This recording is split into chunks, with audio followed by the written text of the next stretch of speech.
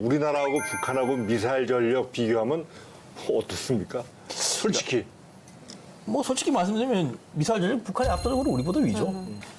북한은 일단 전략군을 최근에 9개 여단에서 13개 여단으로 늘렸습니다. 뭐 병력적으로는 1만 이상이 된다고 추정이 되는데 뭐 무기 같은 경우에는 일단 다양하죠. 우리보다 일단 보유하고 있는 게. 물론 그게 어떤 무기적인 신뢰성이 입증됐다 안 됐다 이야기는 별도로 치더라도 일단은 사거리 1만 킬로 이상의 화성 15형을 가지고 있습니다. 대륙간 탄도미사일이죠.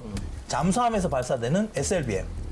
그리고 2019년에 등장을 했고 시험 발사도 했던 이제 북한판 이스칸데르라 불리는 KM-23 이런 것들까지 다양하게 그 전략 자산들을 보유하고 있는데 우리군도 뭐 그렇다고 해서 뭐 북한이 이렇게 하는데 그냥 가만히 보고 있는 것만은 아닙니다. 뭐 앞서 말씀드렸던 현무포도 개발하고 있고 그리고 한번 추진했다가 이제 실패를 했지만 다시 재추진하고 있는 게 육군의 미사일 사령부를 중심으로 해서 통합되어 있는 그 전략 사령부를 창설하겠다는 계획도 지금 다시 머리를 내밀고 있는 상황입니다. 자, 이제 마지막으로 미사일 지침 종료로 우주 발사체 개발의 족쇄가 풀렸는데 이것이 공공과 민간의 우주 진출이 본격화될 전망이다. 이렇게 되고 있습니다. 네, 맞습니다. 이제 한국은 공중과 해상에서 위성을 쏠 수 있는 발사체도 개발할 수 있게 되었고요. 앞으로 소형 위성이나 정찰 위성 발사를 위해서 국방 목적의 고체 연료를 활용한 발사체 사업이 늘어나게 될 것으로 보여집니다.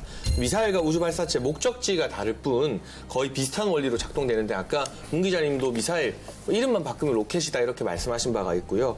두 분야 간의 전용 제한이 해제가 되면서 정부와 방산업체는 기존 기술을 포함한 신기술을 필요에 따라 양 분야에 나눠서 적용할 수 있게 되면서 사업적인 탄력성도 가지게 될 것으로 전망이 됩니다.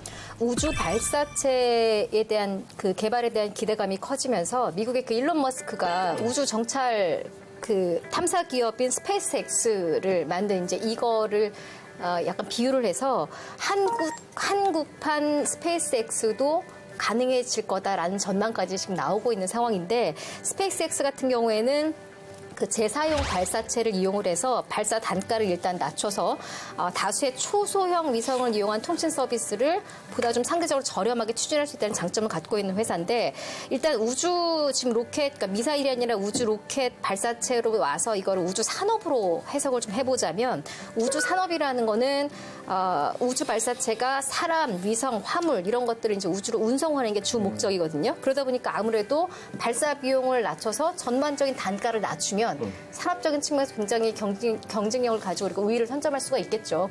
그래서 이게 이제 우주 산업 측면에서 봤을 때 우리나라가 단지 미사일 뭐가 제한이 풀렸다 이게 아니라 굉장히 우주 발사체 쪽으로 산업을 선점할 수 있는 어떤 이런 지금 시발점이 된 걸 수도 있다. 이렇게 해석이 좀 가능합니다.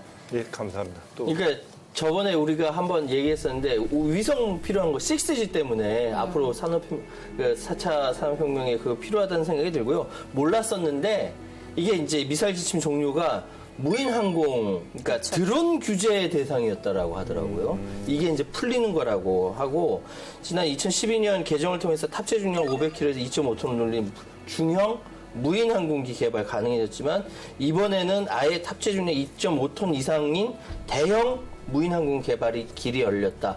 영화에서 보던 그런 그 무인 항공기가 한반도에 등장하게 됐다. 뭐 그런 의미가 있는 것 같습니다. 예.